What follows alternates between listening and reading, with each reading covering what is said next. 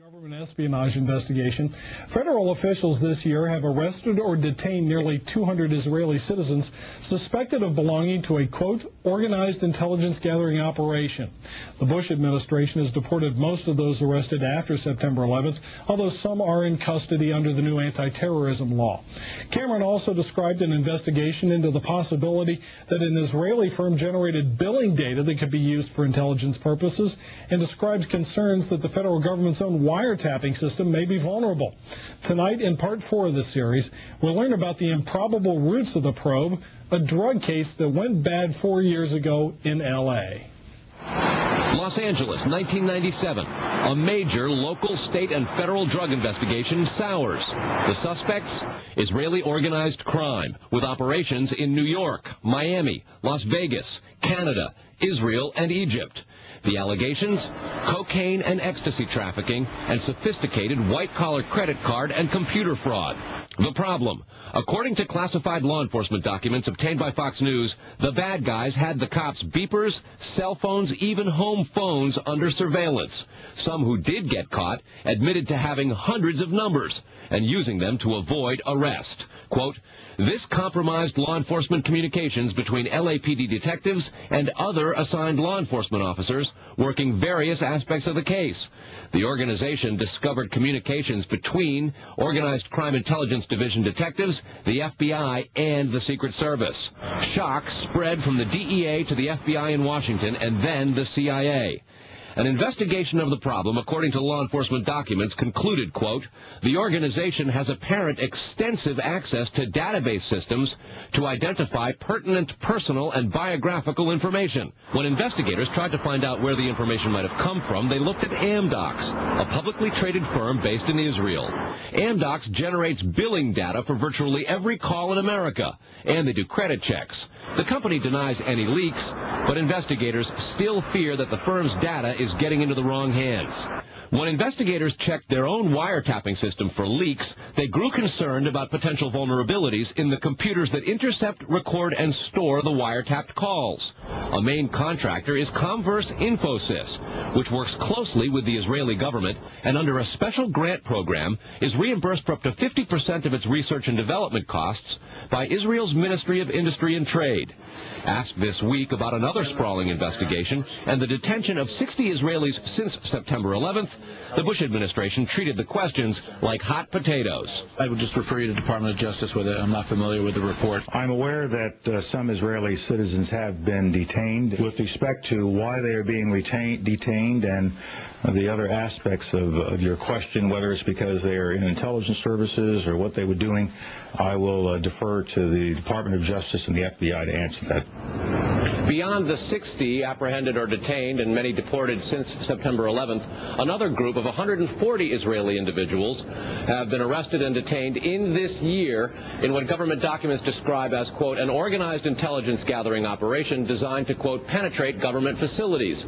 Most of those individuals said they had served in the Israeli military, which is compulsory there, but they also had, most of them, intelligence expertise and either worked for Amdocs or other companies in Israel that specialize in wiretapping. Earlier this week, the Israeli embassy here in Washington denied any spying against or in the United States. Tony?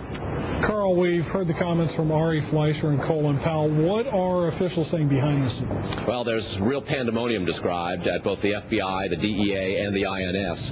A lot of these problems have been well known to some investigators, many of whom have contributed to the reporting on this story. And what they say is happening is supervisors and management are now going back and collecting much of the information because there's tremendous pressure from top levels of all of those agencies to find out exactly what's going on. At the DEA and the FBI already, a variety of administrative reviews are underway, in addition to the investigation of the phenomenon. They want to find out how it is that all this has come out, as well as be very careful because of the explosive nature and very political ramifications of the story itself. Tony? All right, Carl, thanks. Reported on an Israeli-based company called Amdocs that generates the computerized records and billing data for nearly every phone call made in America. As Carl Cameron reported, U.S. investigators digging into the 9/11 terrorist attacks fear that suspects may have been tipped off to what they were doing by information leaking out of Amdocs. In tonight's report, we learned that the concern about phone security extends to another company founded in Israel, that provides the technology that the U.S. government uses for electronic eavesdropping. Here is Carl Cameron's third report. The company is Comverse Infosys, a subsidiary of an Israeli-run private telecommunications firm with offices throughout the U.S. It provides wiretapping equipment for law enforcement. Here's how wiretapping works in the U.S. Every time you make a call, it passes through the nation's elaborate network of switchers and routers run by the phone companies.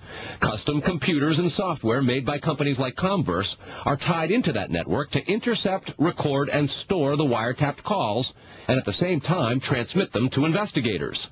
The manufacturers have continuing access to the computers so they can service them and keep them free of glitches.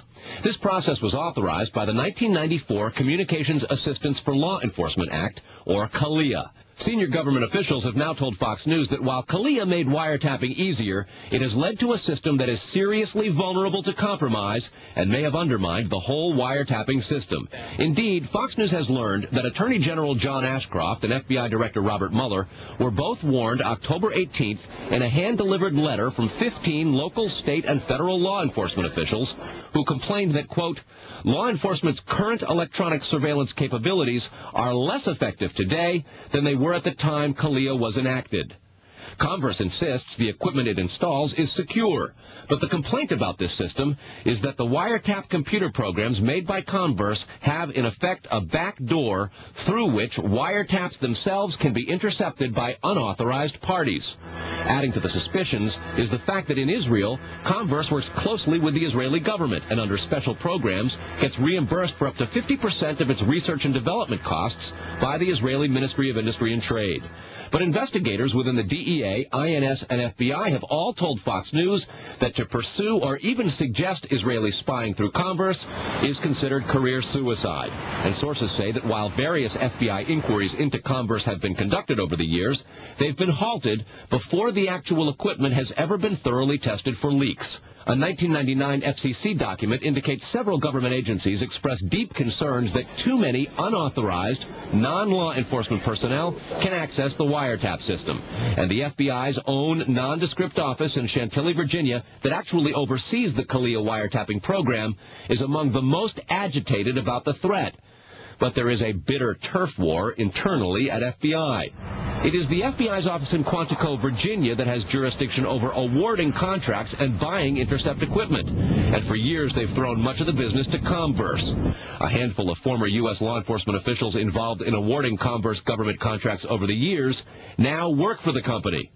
Numerous sources say some of those individuals were asked to leave government service under what knowledgeable sources call troublesome circumstances that remain under administrative review within the Justice Department. And what troubles investigators most, particularly in New York in the counterterrorism investigation of the World Trade Center attack, is that on a number of cases, suspects that they had sought to wiretap and surveil immediately changed their telecommunications processes. They started acting much differently as soon as those supposedly secret wiretaps went into place. Brett? Carl, is there any reason to suspect in this instance that the Israeli government is involved? No, there's not, but there are growing instincts in an awful lot of law enforcement officials in a variety of agencies who suspect that and have begun compiling evidence and a highly classified investigation into precisely that possibility. Brett? All right, Carl, thanks very much. Coming up, is Israel... The amount of verses that they have and the amount of lyrics and stuff, they're as long as any other songs. What caused it even